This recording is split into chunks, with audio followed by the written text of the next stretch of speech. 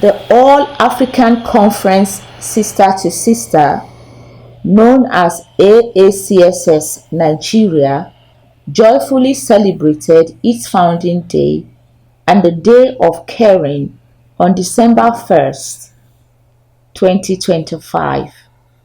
This celebration, which is first of its kind, honors the 23 long years achievements of its founders, Sister Margaret Farley and Sister Eileen Hogan, both belonging to the Religious Sisters of Mercy of the Americas. The celebration commenced with a Holy Mass held at the SMA Chapel, Abuja. The Eucharistic celebration was presided over by Father Raphael Obiche and was attended by a mixed congregation of religious sisters and lay faithful, reflecting the inclusive and family-oriented nature of AAC-SS. During his homily, Father Obiche reflected on the mission and role of AAC-SS in Nigeria. I've seen, a number of the things that God has used the AAC-SS. Oh, that's perfect. AAC-SS, the group, God has used it to do amazing things. And this is like, the birth of a child that when it happens, the child is very tender. But this is the same person who can become the president of a country, can become, come into global leadership. So this program you're having, of this group, is just like the mustard seed, which when planted is only a single seed. But when it grows, as it's growing already, it will become a big shrub. And I want to tell you that the people through whom the Lord changed the world, 12 disciples, there were only 12 of them. So, there were only 12 persons. So, if we have 12 persons in AAC-SS, then we are sure to even conquer the world in areas of care, whether it be mental health, whether it be, some humanitarian aid and support, and, enlightenment of people in the society. We are living in a world at an age where there is a lot of, misplacement of moral values. So there is a whole lot that you are doing and are doing them in the right direction. So what we ask God for at this Mass is more grace, more strength to accomplish that which the Lord has placed in our hands.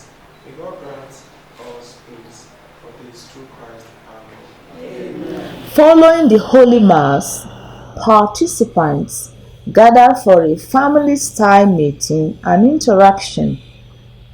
This session provided an opportunity to share the history, achievements, and future plans of AAC-SS in Nigeria. The atmosphere was warm and fraternal, reinforcing the sister-to-sister identity of the organization.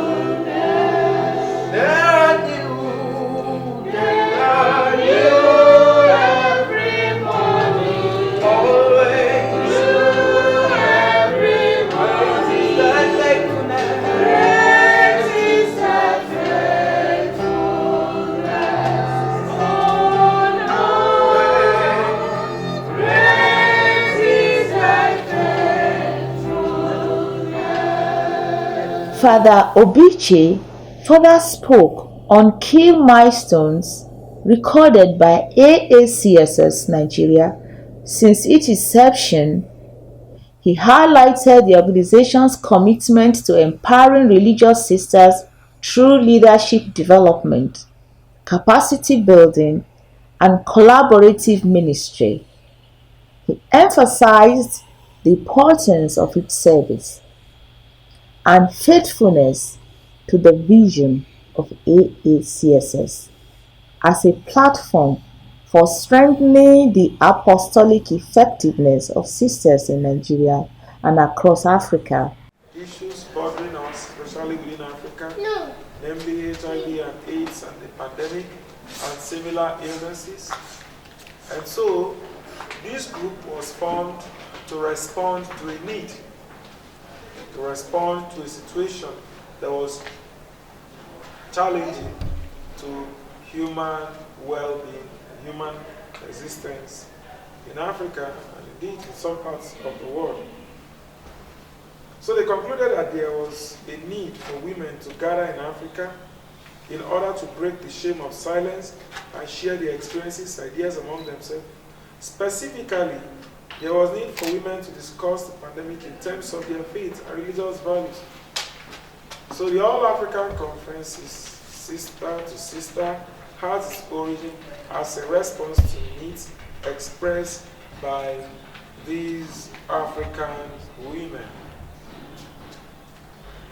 And since that very time that it was conceived and started, the AAC-SS has been a blessing to Africa. We've been doing a whole lot. Because the potentials of these women organized in religious communities has yet to be fully unleashed, but they have so far accomplished a lot. So the whole concept is that African women must first set their own concept. So it is easier that, those who solve the problem in their own environment are from that environment. So African women must set their own agenda and they must decide their own strategies and actions. Before you can achieve anything in your own space, it is good that even when people out there in different climes are willing to support with knowledge and whatever they can, that the people here are involved. It makes it a lot easier because we are on ground. And of course, I'm going to also be mentioning this is not all about sisters. This also involves the laity, priests, and those who can and will be volunteer and be willing to engage in this kind of mission. So, all those who need to take place in the context of the world church, Christians are called to share the sufferings of all the members of the church and are called to share the creation of effective responses to this suffering.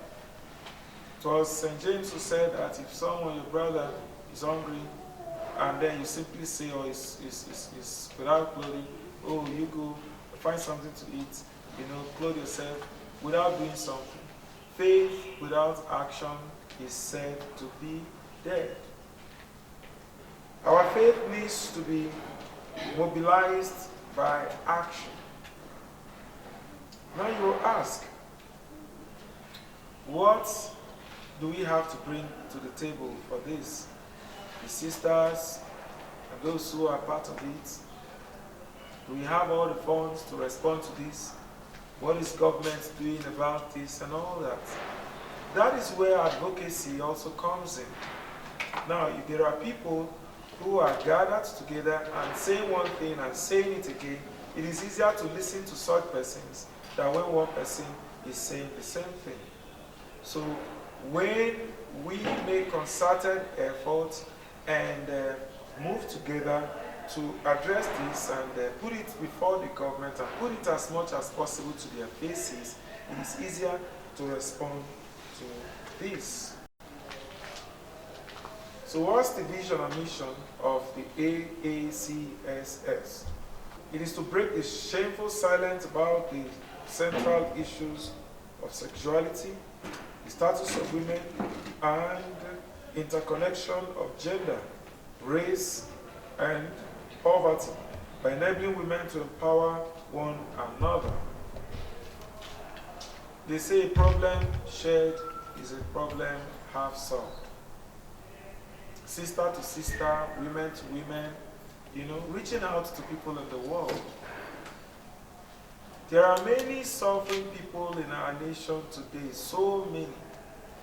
And all that some persons need is some helping hands. So what the AAC-SS does that they offer people you offer people throughout the world a way to help the sisters in Africa to meet the challenge of responding to this pandemic. So the AAC-SS has offered 3 regional conferences. There is the Southeast of Africa in 2003, and then there is also Southern Africa in 2004, and then now the West Africa in 2005. So the local sisters have also offered 9 national AAC-SS conferences for sisters throughout the sub-Saharan Africa. 2006 in Uganda, Eastern Nigeria, and Anglophone Cameroon. Then 2007 in Southeast Nigeria. Then 2008 in Zambia for sisters from Malawi, and then Zambia. 2007, 2008, 2009, and and beyond in the Francophone Cameroon. So you see, there is something that is already becoming so impactful. It's a move. The country coordinator, Sister Lucy Esedebe, the religious sister of Our Lady of Apostle, addressed the gathering passionately, offering insight into its early beginnings, programs, reasons for the celebration, its contribution to the wider church and society, and the ongoing initiative to fundraise for AAC-SS in Nigeria. It is with great joy that we gather here as members, past participants, friends, and our benefactors to celebrate this day, which we will term our founding day. Today, as we all know, is World AIDS Day, the 1st of December. And that was the day AAC-SS was founded to meet that need. AAC-SS, which stands for All Africa Conference Sister to Sister, is a group open to all religious sisters in the countries where we are found and in the USA. So standing here, I'm standing as the coordinator of All Africa Conference Sister to Sister Nigeria. And I just simply put, I just said I'm working for Nigerian sisters. So any religious in Nigeria is a bona fide member of AAC-SS and is welcome any day, anytime. This movement started in 2002 at the request of African theologians to the religious sisters of mercy. And these sisters are Sister Margaret Farley, religious sister of mercy, at the Yale School of Divinity. She was a professor in the Yale School of Divinity, to discuss the suffering caused by HIV/AIDS pandemic in Africa. So as at that time, the need that was there for the African women or the religious women was HIV/AIDS. And we know there was this culture of silence. When we talk of sex, people don't even talk about it. But then this was a need, ravaging everybody, mostly women, because women were like the receptors. And we need to talk about it and see how we get around it. So that's how AAC-SS started. This gathering of women in Africa was to help African sisters gather to talk about HIV/AIDS as a way of removing shame of silence and share experiences among themselves, and discuss the pandemic in terms of their faith and religious values and taking action to stop the spread. So when we started, the focus was on HIV, and we were like trying to look at it in our African setting. How can we come in? How can we get people to talk about this thing? And in talking about it, many more people will be informed, and then we'll be able to mitigate HIV. And so we started with conferences. And these conferences took us to the different ecclesiastical provinces of the country, which are 9. I know Nigeria is huge. So it took us a long time to go through. So we come as in form of conferences. Sisters of every age, every shape gathers. We talk about HIV. We give them the basics that they need to know. We give them the epidemiology and what have you. And then from there we said, okay, how do we help? How do we cope with this thing? Some of us who were medical people helped medically. Some were trained as counselors. Most of the counseling training was done in Uganda. Because when you want to talk about HIV in Africa, if you don't mention Uganda, so Uganda was like a model country for us. And so a lot of sisters were trained on counseling, and then home care and all what have you to reach the women. So whatever training we give does not stop with the sisters. It is used in our apostolates to be better in our apostolates. The request brought about several conferences to seek ways to set their own agenda and discern strategies and actions. All this has to take place in the context of world church. So whatever we did was in the context of the church. It was not for personal gains, as we are called to share the sufferings of all our members. This request brought about the first West African conference, it might interest you to know, was held here in Nigeria, in DRAC, Enugu. DRAC is an accommodation run by the Daughters of Divine Love. And we have sisters, lay persons from so many countries, Ghana, Nigeria, the Cameroons. All the sisters in Nigeria brought 2 representatives, as at that time I was a resource person. And only 2 West African countries, with all those conferences we had, with all those enlightenments we had, only 2 West African countries are members of AAC-SS. So it's voluntary. Nobody forces anybody. Ghana said they already have something that they can work with.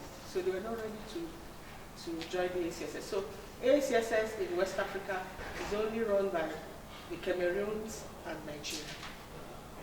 And then we have 4 other African countries in East Africa. And when you want to talk about HIV, these were the areas that HIV really had its time, especially Uganda. So we have sisters in Uganda, Malawi, Zimbabwe, and Zambia as members of AAC-SS. This program brings together sisters from all congregations in the countries where AAC-SS is found to learn together, because together we stand. Together we can do greatly. We can share experiences and plan our actions. But when it's done singly, it doesn't really carry the weight that it's supposed to. In Nigeria, we started with conferences at the provincial level, and those who attended the programs were to step these learnings down to their various communities, ministries, at their area conferences, so that the learnings could reach the grassroots and for all to benefit. This program, which started as a gathering for sisters to discuss, because it was like a social gathering. We come, we give the input, we have times for discussions, and when we discuss, it helps us to plan better, and it makes our work richer. So we shared experiences and execute our plans, and these plans have gradually grown from concerns on HIV, because now we're not even talking about HIV anymore. Our plans, we still talk about HIV, but not like when it started. Because for every program we have, we must say something about HIV, because that's where we started. And for all we know, HIV has not been fully eradicated. If anything, we are having new cases of HIV. It has gradually grown from concerns on HIV/AIDS, training of counselors to assist the infected and the affected, to other programs that sisters perceive as felt needs. As we speak, we now have 4 thematic areas common to all the countries. Before, different countries, had their own felt needs and they operated on their own, but now we are trying to streamline everything so that somehow there's a kind of uniformity. We have what you call the Transformative Spiritual Leadership Faith Development Program and Non-Violence in Leadership. We started in Nigeria in 2019, and currently we are the 10th cohort. So we decided to have it 7 days in a year for 3 years, and usually in the month of July, so that sisters will be able to participate. But now that every other country has embraced leadership, so we're trying to make it uniform. So now we want to do it in 18 months. And then the disadvantage of us having it 7 days in a year is that if you had 50 sisters who enrolled, by the time you get to the 3rd year, a lot of them have dropped off. Either because they've been transferred, their new setting does not make it favorable for them to attend. But we now feel, okay, if we have it in 18 months, then we should be able to finish. And a lot more want to be part of this program. So how can we reach all these ones who are agitated to be part of this program? So now, as from next year, we'll have it for 18 months. Then the second program that we, on our thematic area, is what we call fundraising and mission sustainability, as a way to ensure continuity of our activities. Yes, Sister Eileen Hogan and Margaret Farley started this thing for us. Their congregations were doing because they are the largest congregation in her, Religious Sisters of Yes. And they were trying to give us, to support African women so that we were able to talk. They wanted formidable leaders, they wanted formidable sisters, they wanted sisters who can come out and talk in public. So to continue this activity, that's why we're doing fundraising. These 2 old women, one is 90-something already, sourcing fund for us. So we too have to learn how to fish. They source fund, they send to us. Yet our government, in our country, snakes are swallowing money. Monies are kept in water tanks. Monies are buried and they decay and they are disposed of. So now there is donor apathy. And we are living in the midst of plenty. But it's just for us to identify those people who can help to do the work that the Western world is doing for us. And then the third one is the technology program, which became very necessary with the advent of COVID-19. We knew what happened during COVID-19. People could not go out, schools were shut, children started learning on the net, and what have you, e-learning started. And that has come to stay, nobody can remove that now. Most of our gatherings are online. Studies now are done online. So you can do your little job, you can be frying your akara, still study online and be a graduate. And that is why that has become very, very necessary for us. And we're trying to see how we can do internet connectivity for sisters in their community so that they'll be able to meet up with these things. And because if you are going to lead people, you have to be knowledgeable.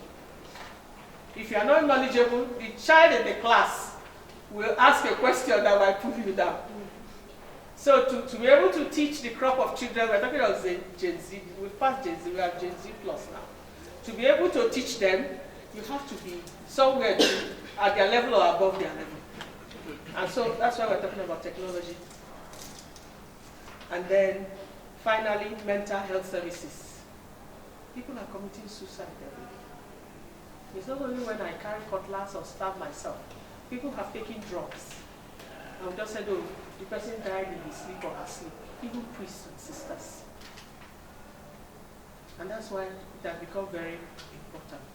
So when we have fund to do these things, then we're able to train more to cater for the needs, the demand that is coming up. Besides the above mentioned areas, countries still have their in-country programs as the need arises. We have a program in November for young sisters.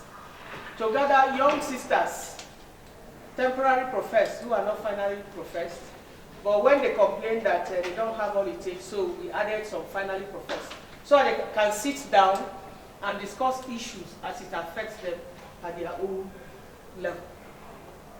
because it's easier. When you catch them, they have similar problems, they have similar complaints, so they are able to share, and then we take it back and say, okay, what do we do to help them better? So different countries have their own in-country programs besides these 4 thematic areas I've mentioned. So why are we celebrating AAC-SS Day? Why are we celebrating AAC-SS Day or Caring Day as they call it in the news?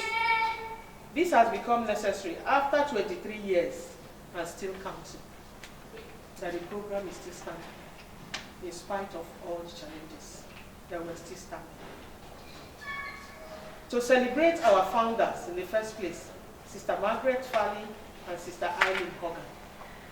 As I told you, one is 90-something, the other one is 80-something. Maybe after today we hear they are gone, they've answered the call of the master. But it's just to say, thank you for helping us to start this program that has grown to what it is. In Nigeria, we have trained over 300 sisters. Over 300 sisters. This has become necessary after 23 years to celebrate our founders, to thank God for this initiative that has grown and is still growing. It is a day of thanksgiving.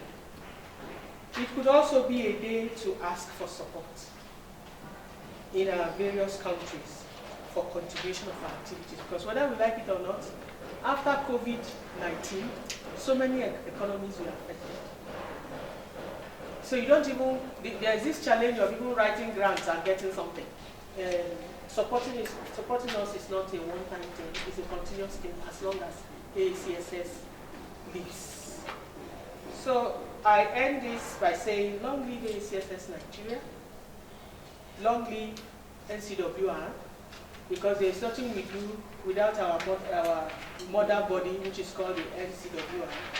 So we say long live Nigeria, long live NCWR, long live AAC-SS USA, who has made us what we are today. Long live Religious Sisters of Mercy, who in the first place listen to these African theologians. I would commend sisters, but I never knew they do a lot of work. They're instead of going to those areas to open the eyes of people. I'm really, really marveled at what they are doing. It's a great job. It's a very great one. And then you see sisters who think they're not doing anything. But here they are. I know she's always traveling everywhere. But now I understood exactly what she's doing. And it's a great job. May God continue to help you. And you need a lot of money to make these things go. Pray and God will continue to assist. Sister Pascal Mba of the Holy Family Sister of the Needy, the Abuja Archdiocesan AAC-SS President and former PRO national level, added a personal and reflective dimension as she shared experiences related to AAC-SS journey and impact in Nigeria. My name is Sister Pascal Mba. I'm a member of the Holy Family Sisters of the Needy. I work in Abuja. I lecture with the Veritas University, and I have come in contact. I have been a member of AACS almost as far back as when AACS came to Nigeria, and today we are celebrating our 23rd anniversary, 23 years of AACS in Nigeria. And looking back, it's been a beautiful journey. It's been a wonderful journey. Initially, when I came in, I was the president of the Kaduna Archdiocese of AACS. That was when I was working in Kafanchan. Kafanchan is under Kaduna Diocese. And Kafanchan, Kaduna Diocese, Archdiocese has been a very large archdiocese, comprises of Kaduna, Kotongoro, Kadno, even Sokoto, all those places. So because of the vastness of the archdiocese, we really couldn't do much there, but we were able to gather ourselves and talk about AACS whenever the opportunity comes. But it's actually, when I was transferred to Abuja, that was where I was actually at the center of AACS. There's no one single program of AACS that I did not participate. In fact, here in Abuja, I would coordinate all the programs before the country coordinator, who was then Sister Mary Oladimeji, and the Sister Lucy, who was then the country president. Before the arrival, I would have done a lot of underground work as somebody that is on ground before they will arrive. So AAC-SS has actually done a lot for me and for many sisters through their various programs, their conferences, their seminars, their workshops in different areas, in the area of health, in the areas of leadership training, sustainability, fundraising, and all of that.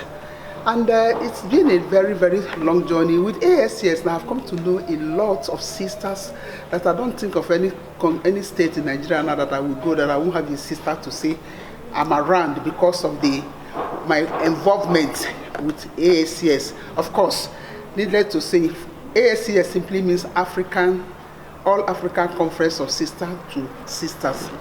And now that AAC-SS is 23 years old in Abuja, we are looking for a better collaboration. We are looking forward to make it to collaborate better both with the sister, even with the lay people, because we are children of God and all of us are veering towards heaven. So we want to bring as many people as possible. Right now, the country coordinator now has an office in Abuja, which wasn't there before.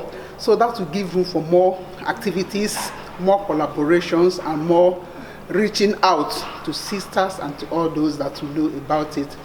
And so I must say, personally, I have learned so much from AAC-SS. I have learned so much from AAC-SS, especially through their various programs, their leadership program, their project writing program, their community life program, accountability, HIV/AIDS, and all of that. And so we thank AAC-SS, especially the funders of the program, those in the US, the Religious Sisters of Mercy, who are actually the brain behind this. We thank them and we beg God to continue to bless them and the entire institute. We also thank the former country coordinator in the person of Mary Oladimeji, and we are thanking the present country coordinator in the person of Sister Lucy Osadebe, OLA. So far, so good, and we look forward to more work, better collaborations, and to take the program to the next level.